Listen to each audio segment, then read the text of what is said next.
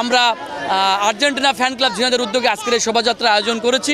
এখানে আপনারা দেখছেন যে শত শত আর্জেন্টাইন সমর্থক বর্ণিল সাজে তাদের প্রিয় দলকে সমর্থন জানাতে তারা জাতীয় পতাকা যেমন নিয়েছে, তেমনি আর্জেন্টিনার পতাকা সজ্জিত হয়েও তারা কিন্তু এই র্যালিতে অংশগ্রহণ করেছে। আমরা চাই সুশৃঙ্খলভাবে এই র্যালিটি সম্পন্ন হোক।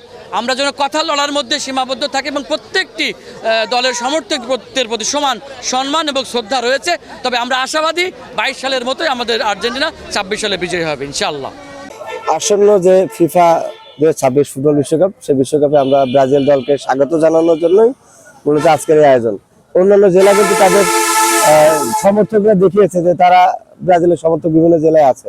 আমার ঝিনাইদহ জেলা এত বড় বিখ্যাত একটা জেলা, এত সুন্দর একটা জেলা, এই জেলায় অনেক ব্রাজিলের সমর্থক।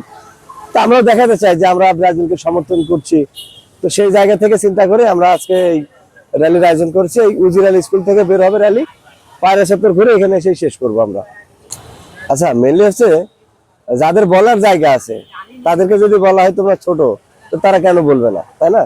কারণ ব্রাজিল, আমরা তো সচক্ষে বিশ্বকাপ নিয়ে দেখেছি। 2002 সালে বিশ্বকাপ নিয়ে দেখেই তো আমি ব্রাজিলের দলের সমর্থক, তাই না? এই যে এখন তো জেনারেশন হবে বলবে যে 2022 বিশ্বকাপ দেখে তারা আর্জেন্টিনার সমর্থক।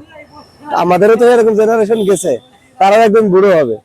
তাদের সন্তানরা তখন যদি বলে যে বাপ দাদার জিনিস নিয়ে বড়াই করছেন, তখন আর্জেন্টিনা ওদেরকে দুঃখ লাগবে না? কাজেই জেনারেশন টানাটানি বা বাপ দাদা এগুলো ইতিহাস ঐতিহ্য যারা ভুলে যায়, তাদের আমি যেটা বলবো, তাদের জন্মগতভাবে কিছুটা সমস্যা থাকতে পারে। কারণ নাহলে তো ঐতিহ্য জন্ম এগুলো তো ভুলে যাচ্ছে কেন তারা?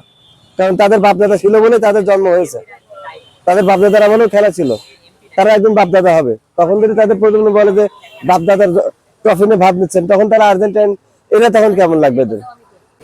আচ্ছা, 7 আপ দেওয়ার কথা হয় এটাই কারণ এই যে জার্মানির সাথে যে গোলটা খায় তবে তো 7 আপ বলা হয়। তো মূলত হচ্ছে যে জার্মানি কখনো কিন্তু আমাদের এই কথা বলে না। হ্যাঁ, জার্মানি কখনো এই কথা বলে না। আবার প্রকৃতপক্ষে অনেক আর্জেন্টাইন সমর্থক আছে, তারাও বলে না। কিছু যে বিয়াদব কোয়ালিটির লোক থাকে না, হ্যাঁ, যারা একটু অতিরঞ্জিত করে, তো তারা এই কথাগুলো বলে। এতে কিছু মনে করি না ভাই। কেউ যদি খুশি 7 আপ দিয়ে যায়, 7 আপ নেবো, কোনো অসুবিধা নেই, খাবো ঠান্ডার মধ্যে, সমস্যা কি? এটা একেবারে ভিত্তিহীন কথা, একেবারে ভিত্তিহীন কথা। হ্যাঁ, আমি মানছি ব্রাজিলের অনেকে আছে একটু অতিরঞ্জিত কথাটা বলে, এটা আর্জেন্টিনার মধ্যেও আছে। সব দলের মধ্যে ভালো খারাপ আছে। তবে আমরা চেষ্টা করবো আমরা আর্জেন্টিনাদেরকে ছোট করবো না, কারণ হচ্ছে তারা ভালো খেলে, ভালো একটা দল। তো আর্জেন্টিনার জন্য শুভকামনা থাকবে। বলে না যে কারো দাঁত হলুদ দেখলে ভাববেন না যে সে ব্রাশ করে না, হতে পারে সে ব্রাজিলের সমর্থক। তো সেই জায়গা থেকে এই ধরনের কথাবার্তা বলা আসলে উচিত না। কারণ কি, সবাই তো ব্রাজিল সাপোর্টার, কারণ সবাই তো হাঁটলে হলুদ হয়, সবাই কি ব্রাজিল না? দুনিয়ার সবাই ব্রাজিল, সেটা হলুদ, সে তো তাহলে ব্রাজিল সাপোর্টার।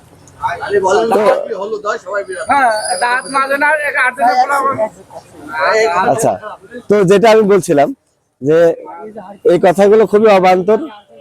আমি চাইলে অনেক কথা বলতে পারতাম, কিন্তু মানুষের মুখের কথায় বোঝা যায় তার বংশের পরিচয়, তার ভদ্রতার পরিচয়। কাজেই বলতে চাইলেও বলি না, কারণ হচ্ছে বললে জিনিসটা খারাপ হয়।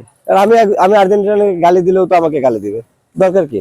এজন্য সম্প্রীতির বন্ধন অটুট থাকুক, আমরা এটাই চাই আর কি। হচ্ছে মুখ, মান, ইজ্জত বাঁচাতে হলে আর্জেন্টিনাকে ঠান্ডা থাকতে হবে এবং ব্রাজিল যে কোনো ভাবে হোক বিশ্বকাপটা নিতে হবে ভাই, নাহলে কিন্তু আমরা একা টিকতে পারবো না। এই যে বিশেষ করে আজকে যে র্যালিটা করবো, এটা আমরা বেশি বিপদে পড়বো। যে র্যালি করলাম অথচ বিশ্বকাপ পেলাম না আমরা, এটা লজ্জার হয়ে যাবে ভাই। মানে অনেকদিন হলো মানে এই আর্জেন্টিনার সমর্থকদের জ্বালায় শান্তি করে মানে প্রকাশ করতে পারি না, তাই ব্রাজিলের সমর্থক।